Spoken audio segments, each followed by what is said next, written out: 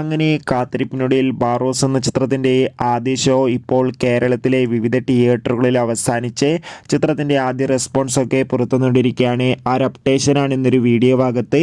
വീഡിയോയിലേക്ക് മുൻപ് video like ചെയ്യുക, ചാനൽ സബ്സ്ക്രൈബ് ചെയ്യുക. ഡിസംബർ മാസം ഇനിയും ധാരാളം ചിത്രങ്ങൾ OTT റിലീസ് ചെയ്യുന്നുണ്ട്. ചാനൽ ഭാഗം പരിശോധിച്ചാൽ നിങ്ങൾക്ക് കാണാം.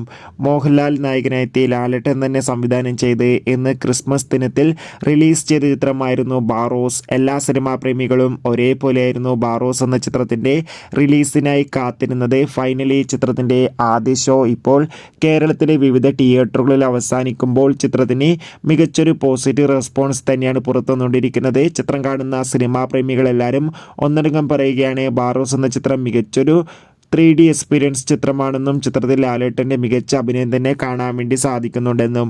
എന്തായാലും കാത്തിരിക്കാൻ നമുക്ക് ബാറോസ് എന്ന ചിത്രത്തിൻ്റെ കൂടുതൽ റെസ്പോൺസിനായി. എത്ര പേരാണ് ചിത്രത്തിൻ്റെ റിലീസിനായി കാത്തിരുന്നത് തീർച്ചയായും കമൻറ്റ് ബോക്സിൽ രേഖപ്പെടുത്താൻ വേണ്ടി ശ്രമിക്കൂ. അടുത്തൊരു വീഡിയോയിൽ